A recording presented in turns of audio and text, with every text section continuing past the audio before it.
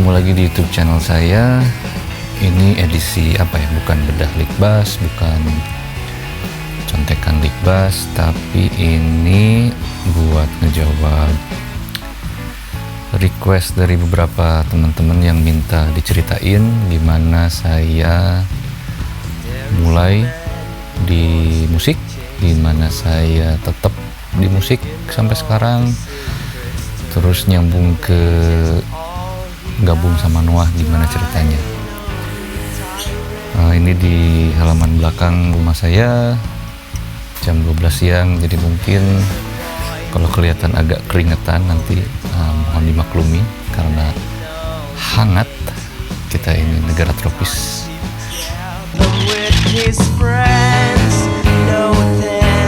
Oke, jadi ceritanya itu dimulai dari waktu kelas 2 SMP. Saya tuh diajakin buat latihan band. Nah, kalau dulu tuh istilahnya bukan bikin band, tapi pokoknya ada studio rental dan anak-anak tuh patungan gitu kan. Dan udahlah pakai studio rental gitu buat latihan ngeband. Waktu itu jangan dulu tanya soal visi sama misi. Ya namanya anak SMP kan pengen senang-senang aja. Dan waktu itu saya kebagian main drum dulu. Awalnya main drum dulu. Habis main drum di grup yang sama itu, saya pindah jadi gitar. Nah, setelah SMP itu sempat ikutan jadi segala, sempat ikutan festival segala. Dan prestasi ngeband tertinggi saya waktu SMP itu adalah lolos audisi festival band SMA. Jadi dulu kita ngaku-ngakunya udah SMA padahal masih SMP. Nama bandnya itu Tetanus, yang main drumnya tuh Teddy, yang main bassnya Pablo, vokalisnya Kogar. Puncak acaranya itu yang lulus audisi itu boleh tampil di Gor Saparua Bandung. Dan dulu scene musiknya itu lagi rame underground, jadi punk, hardcore, greencore tuh lagi rame. Dan si Tetanus ini dulu bawain Green Day kalau nggak salah, campur sama bawain lagu-lagu Gigi juga. Nah, itu SMP. Lalu lanjut ke SMA, masih main-main juga ya, belum ada visi misi serius, belum kepikiran mau terus di musik sampai udah rumah tangga punya anak masih di musik, nggak kepikiran ke sana. Dan SMA itu saya diajakin juga sama teman saya, namanya Dusep. Dusep itu gitaris. Nah, Dusep ini gaulnya sama anak-anak kuliahan, tetangga dia. Dulu itu dia ngajakin saya di band Polyester namanya. Band Polyester ini spesialis bawain lagu-lagunya Radiohead. Nah, jadi memang kebukalah di sini. Jadi salahnya Dusep kenapa saya jadi bisa kecanduan sama Radiohead itu gara-gara dia. Oke, jadi kita sempat manggung di beberapa acara di Bandung, acara indie atau acara, dulu tuh di Bandung event-event panggung itu banyak banget. Dan yang paling puncaknya itu adalah setiap hari Sabtu di Dago, malam Minggu tuh panggung-panggung tuh berjejer tuh di sepanjang jalanan Dago. Setiap radio tuh bikin kayak panggung mobil sendiri-sendiri gitu, atau ada yang cuma di jalan. Gila lah, pokoknya Bandung tuh ramai banget dulu.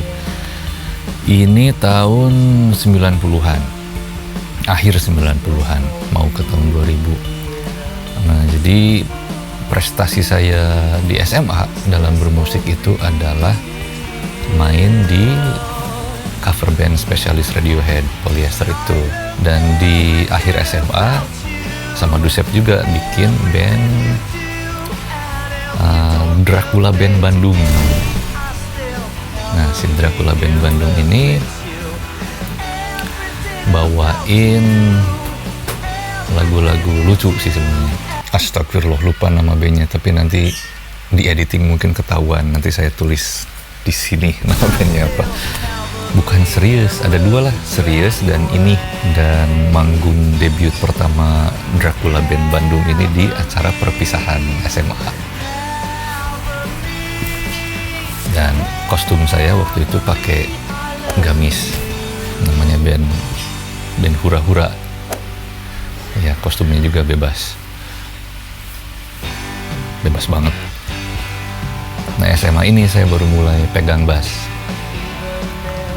Waktu SMP juga sebenarnya udah pengen pegang bass, cuman nggak dibolehin sama Pablo, jadi saya pegang gitar. Kenapa saya pengen main bass? Gara-gara Cake, band Cake dulu yang hits pertamanya tuh di Indonesia, I Will Survive. Nah, itu yang bikin saya pertama tertarik sama bass tuh. Kok enak ya?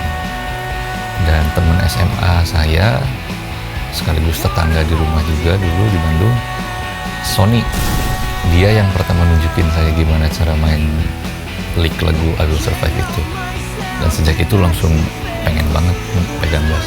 Oke, jadi ceritanya Dracula Band Bandung ini setelah perpisahan masih sempat jalan juga, sempat main di event-event kayak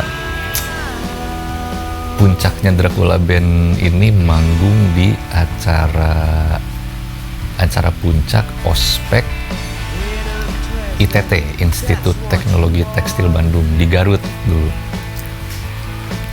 Kita main di gunung, dingin banget, gila. Dan karena kostum saya gamis tangan panjang dan sorban, anget dong, aman.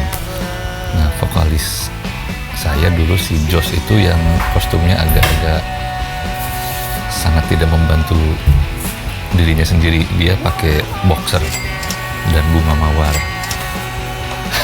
Itu ya di gunung ya, dingin ya, terus kostumnya begitu, jadi ya selamat tinggal sih sebenarnya. Dia lumayan menderita waktu itu. Dan saking dinginnya juga, pemain keyboard kita dulu namanya Yosep, dia di tengah-tengah lagu sambil berdiri ketiduran dia karena kostum dia pakai jas.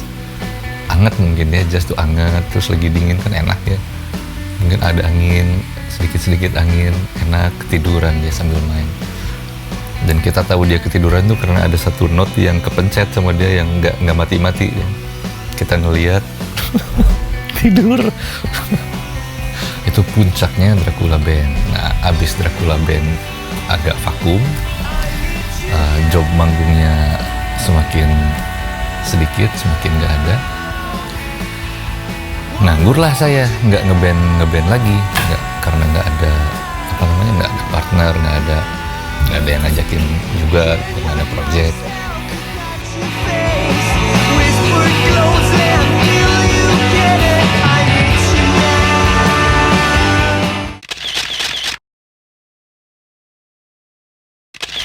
Ceritanya drummer kita yang pertama di Berat itu temenan sama adiknya Teh Gita yang punya studio. Jadi disitulah kita pertama latihan.